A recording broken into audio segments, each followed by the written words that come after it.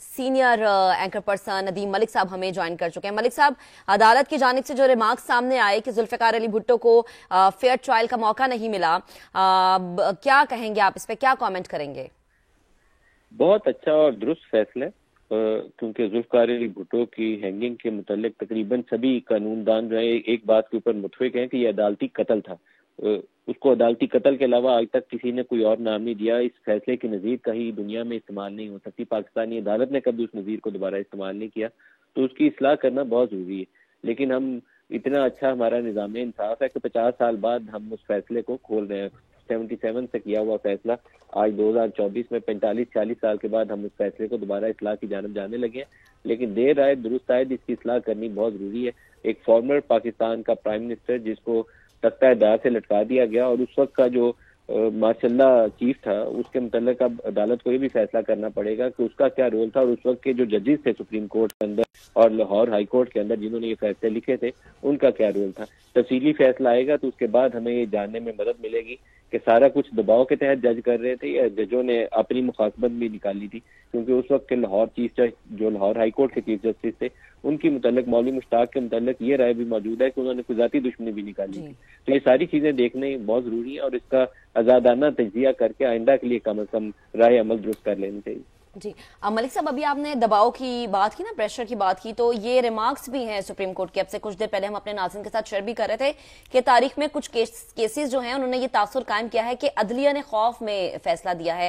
آج کی رائے آگے آنے والے دنوں میں ایک اچھی اگزامپل سیٹ کر سکتی ہے۔ اگر تو ماضی سے کچھ سبق ہم نے سیکھا تو اگر اس دباؤ کے نیچے جو اس وقت کے ماشاء اللہ ایڈمنسٹریٹر کے دباؤ کے نیچے ججوں نے فیصلے کیے تھے، تو ججوں کو یہ سوچنا چاہیے کہ ایک شخص کو لٹکا دیا، انہوں نے سزائے موت دے دی، تو یہ عدالتی قتل ہے، تو اس قتل کا اللہ کو بھی تو جواب دینا ہے نا۔ قاضی سے بڑا تو منصب میرے خیال میں دنیا میں اللہ تعالیٰ کسی کو دیتا نہیں۔ کچھ عہدے ایسے ہیں جیسے وزرائے اعظم ہیں، سپریم کورٹ یا ہائی کورٹ کے ججز ہیں، ان کو تو اللہ تعالیٰ نے کسی کو زندہ رہنے یا مرنے کی سزا دینے کا جو اجازت دی ہوئی ہے، تو یہ لوگوں کو اگر یہ فیصلے کرنے ہیں کسی کے دباؤ کے نیچے تو پھر تو اللہ ہی حافظ ہے۔ تو ابھی بھی جو پاکستان کے اندر بڑے ہائی پروفائل پولیٹیکل کیسز ہیں، اس کے اوپر بھی ان ججوں کو اپنا کردار دکھانا چاہیے۔ جہاں جو ملوث ہے وہاں تو کسی سے روح رائت ہونی نہیں چاہیے، لیکن وہ قانون اور آئین اور انصاف کے تقاضوں کو سامنے رکھتے ہوئے وہ فیصلے ہونے چاہیے، کسی کی فون کال کے اوپر نہیں ہونے چاہیے۔ تو یہ موجودہ ججوں کے اوپر بھی لاگو ہوتا ہے، بلکہ ہر وقت کے کوئی بھی کسی لیول کا بھی جج ہو، اس کے اوپر اس رسول کا اطلاق ہوتا ہے کہ کسی کے دباؤ کے نیچے اگر آپ کسی کے زندہ رہنے، مرنے یا کسی کو جیل میں ڈالنے کا فیصلہ کر رہے ہیں تو اپنے رب کو آپ کیا جواب دیں گے؟ جب اللہ کے سامنے آپ پیش ہوں گے تو اللہ کو کیا بتائیں گے کہ آپ نے اس شخص کو کیوں تختہ دار پہ لٹکایا، یا اس شخص کو کیوں سزائے موت دی، یا عمر قید دی، یا اس کو کیوں رہا کیا؟ تو یہاں تو ایک ایسی چیز ہے جس کا بینگ اے مسلم ہمارے بنیادی ایمان کا حصہ ہے کہ ایک دن ہماری اللہ کے سامنے پیشی ہونی ہے۔ یہ ججوں کو، موجودہ والوں کو بھی سامنے بات رہنی چاہیے۔ ماضی والوں نے تو جو کیا ہے اللہ تعالیٰ ان کو معاف فرمائے، ان کے لیے بہتری کا سامان پیدا کرے، لیکن جس شخص کو تختہ دار پہ یہ کہہ کے لٹکا دیا کہ اس کے حکم سے قتل ہوا تھا، اور آج عدالت 45 سال بعد کہہ رہی ہے کہ نہیں اس کو پھر ٹرائل ہی نہیں ملا، تو آپ سوچئے کہ ان ججوں کا کیا کیا جائے ان کے ساتھ، جو اب تو دنیا میں بھی نہیں ہے وہ بیشتر لوگ۔ جی اچھا ملک صاحب، یہ فرمائیے گا کہ آپ سمجھتے ہیں کہ آج جو عدالت نے اپنی رائے دی ہے اس سے بھٹو صاحب کو انصاف مل گیا ہے؟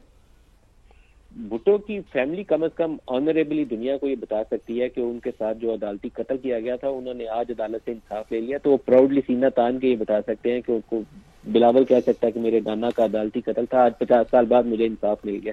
بھٹو تو چلا گیا نا دنیا سے، بھٹو تو واپس نہیں آ سکتا، بلکہ بھٹو کی تو اس کے بعد فیملی کے ساتھ بھی جو کچھ ہوا ہے وہ بھی افسوسناک ہے۔ لیکن یہ ہماری سپریم کورٹ اور ہائی کورٹ جو ہیں، یہاں بہت سے فیصلے ایسے ہوئے ہیں جو قابل مذمت فیصلے کہہ سکتے ہیں ہم۔ ماشاء اللہ یہ ادوار کے اندر انہوں نے ایسے ایسے کام کیے ہوئے ہیں۔ جنرل پرویز مشرف کو آئین میں ترمیم کرنے کے لیے انہوں نے 3 سال دے دیے تھے ہماری سپریم کورٹ نے۔ کوئی دنیا کی عدالت یہ کام نہیں کر سکتی کہ کسی جہاں ملٹری ٹیک اوور ہوا ہو، کوئی ڈکٹیٹر جس نے اقتدار پہ قبضہ کیا ہو، اس کو کہیں کہ آپ 3 سال آئین میں ترمیم کر لو۔ خدا کا نام ہے ان لوگوں کے اوپر، اللہ ان کو ہدایت دے کہ ایسے ایسے فیصلے کیے ہوئے ہیں کہ ان کو اب خود شرمساری ہوتی ہوگی، مڑ کے دیکھیں گے کہ ان کی عدالت سے کیسے کیسے فیصلے نکلے ہوئے۔ جی اچھا ندیم ملک صاحب، جس طرح آج عدالت نے بھی کہا کہ ماضی کی غلطیاں تسلیم کیے بغیر درست سمت میں آگے نہیں بڑھا جا سکتا، اب چونکہ عدالت نے اس کی تصحیح کی ہے، فیصلے کی تصحیح کی ہے، آپ سمجھتے ہیں کہ یہ پہلا قدم ضرور ہو سکتا ہے درست سمت میں؟ ابھی مجھے ان سے بہت ہائی ہوپ نہیں ہے، کیونکہ بعض فیصلے ابھی بھی ایسے ہیں جو متنازع نوعیت کے ہیں، جیسے پاکستان تحریک انصاف سے بلے کا نشان لینا، اس سے ایک پوری سیاسی جماعت انتخابی عمل سے باہر ہوئی ہے۔ تو اگر تو یہ لوگ یہ کہیں کہ ہم نے سبق سیکھ لیا ہے تو سبق سیکھنے کی تو پہلا قدم یہی ہونا چاہیے کہ موجودہ کیسز کے اوپر اس کی ریفلیکشن کیسے ملتی ہے. اگر تو وہ ریفلیکشن ہمیں موجودہ کیسز میں نظر آئے کہ بالکل ابو بورڈ فیصلے کر رہے ہیں تو وہ پھر تو ہمیں نظر آئے گا کہ ہاں ماضی کی غلطیوں سے اصلاح کر لیا انہوں نے, اب سیدھی راہ کے اوپر آ گئے. تو آنے والا وقت ثابت کرے گا. بہت سے مقدمات ابھی بھی ان کے سامنے آئیں گے, یہ پولیٹیکل ڈسپیوٹس ہیں الیکشن کے حوالے سے, یہ ان کے سامنے آئیں گے. اگر تو ایسے فیصلے دیتے ہیں ریزرو سیٹس کا معاملہ ہے یہ ان کے سامنے آئے گا.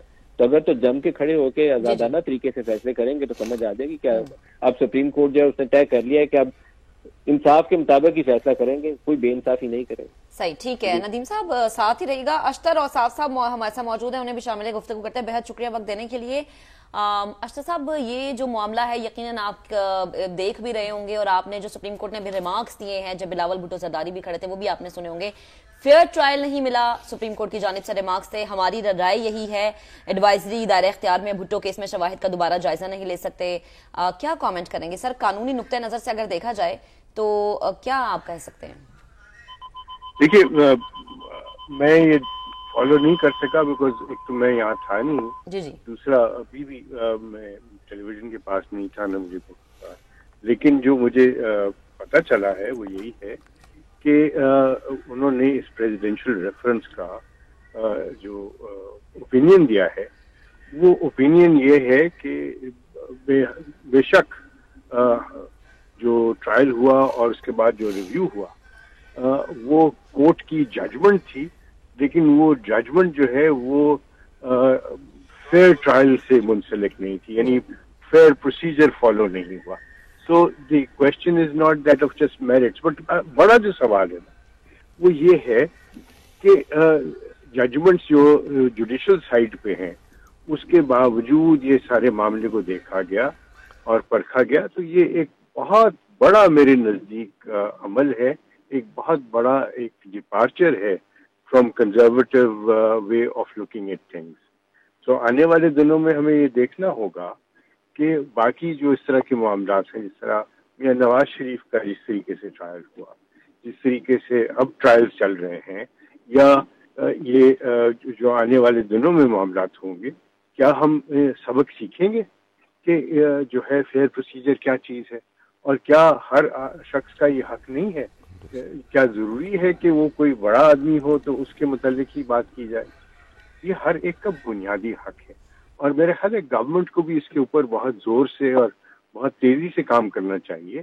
ان باتوں سے ہم سیکھیں اور اپنے جو پروسیجرل لا ہے, سبسٹینٹیو لا ہے, ان کو سب مل کے, چاہے وہ اپوزیشن ہے چاہے وہ گورنمنٹ ہے, مل کے لوگوں کے لیے آسانیاں پیدا کریں اور فیئر پروسیجرز, فیئر ٹرائل کے راستے ہموار کریں. صحیح, ٹھیک ہے. بہت شکریہ. اشتر اوساط صاحب ہمارے ساتھ موجود تھے, اور ملک صاحب آپ کا بھی بہت شکریہ, آپ نے وقت دیا.